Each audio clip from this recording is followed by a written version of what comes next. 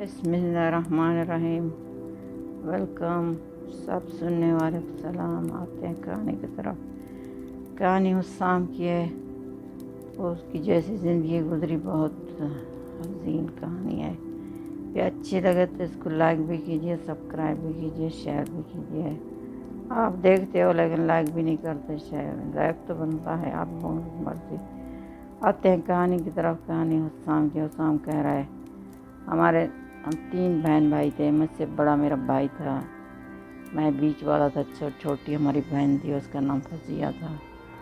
अहमद था हमारा वालिद वालदा। हम अच्छे घराने से थे, खाने पीने यानी कि गरीब गुरबे बिल्कुल नहीं थे, ना ही इतने बड़े लोग थे।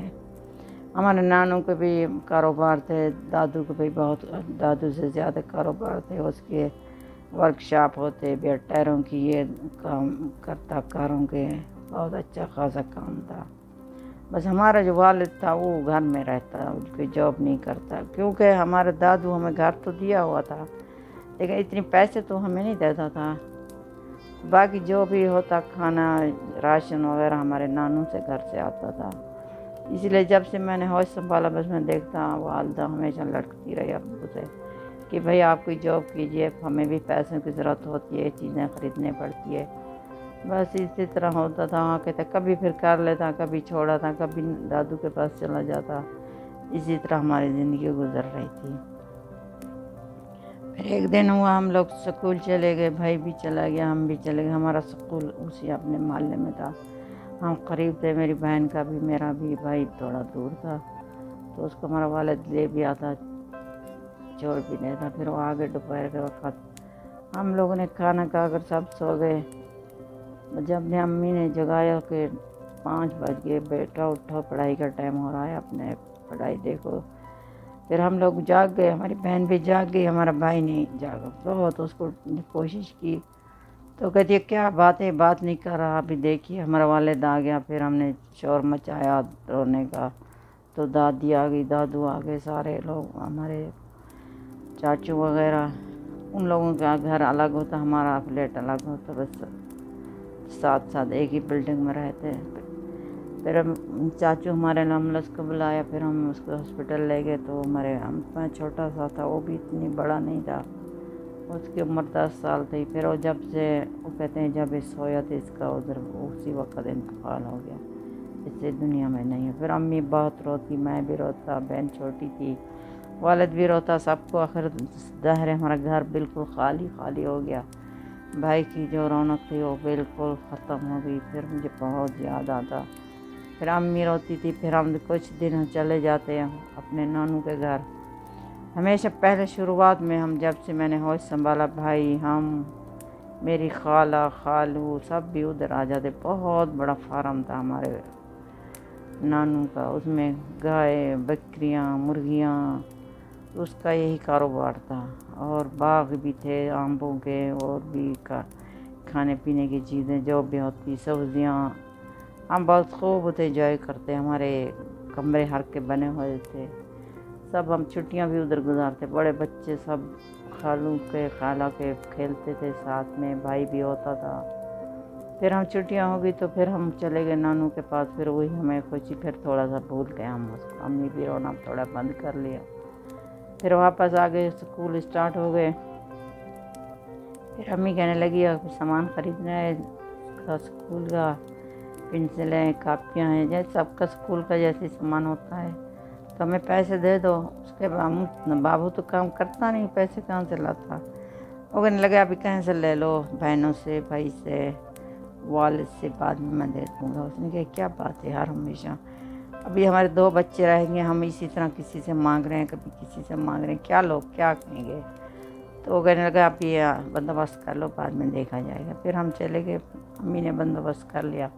फिर हम स्कूल चले गए। फिर हम नानी को घर चले गए तो उधर हमारे खाला सब कहने लगी तुम्हारा शौहर बहुत निकम्मा है, कब तक इसी तरह आप घुट घुट कर जियोगी, तुम्हारी क्या ज़िंदगी है, तुम्हें बस अपना फला ले लो। बस अम्मी को बहुत कह रही थी। फिर अम्मी कुछ दिनों के बाद वो भाई को भी भूल गई। फिर कहने लगी मुझे नहीं आना, मैं नहीं आती आपके घर पर, फिर मैं क्या करने आऊँ, बस तुम्हारी फ्लैट में रहूँ, मेरे पास अम्मी अब्बू के पास सब कुछ है, ہمارے نانو کے پاس سب کچھ تھا، گھر بھی تھے، فلیٹ بھی تھے، کوئی چیز کی کمی نہیں تھی۔ تو امی کا بالکل حق بنتا تھا اس چیز میں، بس ہمارا والد کی بہت غلطی ہے، وہ بالکل کچھ بھی اس کو نہیں دیتا۔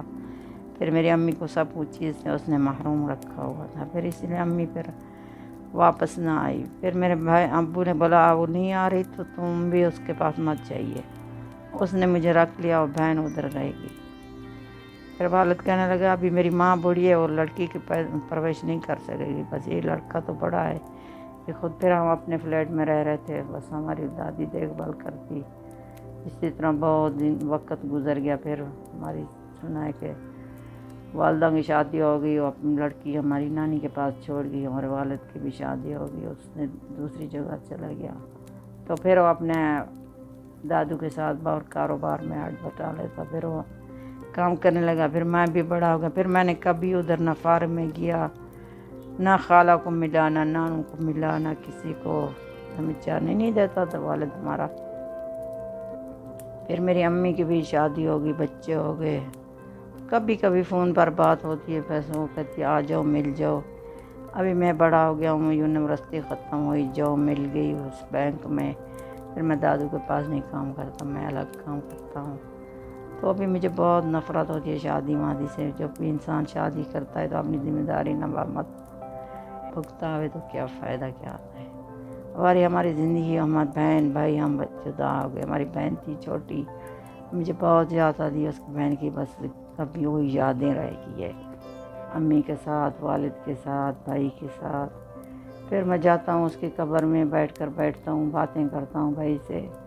کبھی کبھی وہ خواب میں آ جاتا ہے، بھائی آپ اس دنیا اسی طرح ہے۔ پھر سوچتا ہوں کیسی دنیا ہوگی، پھر بھی یاد آتا ہے کتنی میں بڑا ہو گیا ہوں، مجھے آج بھی یاد نہیں ہے بھائی کی آتی ہے۔ امی ہمیں بھول گئے، ہم بھی اس کو بھول گئے ہیں۔ کبھی کبھی فون آتا ہے، میرے سے بات کرتی ہے، لیکن اس کے اپنے بچے ہو گئے ہیں، بس وہ بھی ہم سے۔ ابھی میرے پاس پیسہ بھی ہے، ہمارے والد کے پاس بھی پیسہ ہے۔ امی ادھر چلی گئی، وہ ماشاءاللہ ادھر بہت خوش ہے، اس آدمی نے اس کو سب کچھ دیا ہوا تھا۔ پھر آج بھی مجھے اس بہت یاد آتی ہے، میں اس لیے شیئر کر رہا ہوں۔ میں نے کہا جو ماں باپ اپنے بچوں کے ساتھ زیادتی مت کرو، شادی کرو تو اپنے پورے ذمہ داری نبھاؤ اپنے بچوں کے ساتھ، بیوی کے ساتھ۔ اس میں مجھے نہیں لگتا کہ میری امی کی غلطی تھی، تو میرے والد کی غلطی بھی تھی، ہم لوگ جدا ہو گئے۔ اسی طرح ہمارے جب بھائی فوت ہو گیا، انہیں کو غم میں بیٹھنا تھا، انہیں کو غم میں نہیں بیٹھے، ہمارے جدائیاں ہو گئی۔ اچھی لگے تو آپ اس کو لائک بھی کیجئے، سبسکرائب بھی کیجئے، شیئر بھی کیجئے، اچھی بات ہے بھائی، تھینک یو۔ یہ ابسام کہہ رہا ہے، ابسام کی کہانی ہے، وہ بتائے اس لیے میری زندگی اسی طرح ہو گئی، ختم ہو گئی۔ مجھے کچھ بھی اچھا نہیں لگتا، مجھے لگتا ہے میں اس دنیا میں کیسے زندہ ہوں۔ چلو بھی اللہ